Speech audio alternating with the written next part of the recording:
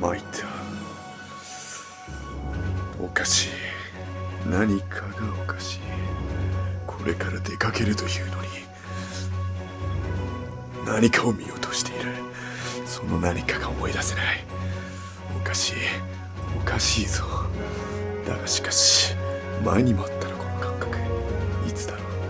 あれは5年前の倉庫の夏。なぜだ、なぜ思い出せないんだ。神のいたずらか、それとも神に与えられた試練なのか。おかしいぞ。どうして思い出せないんだ。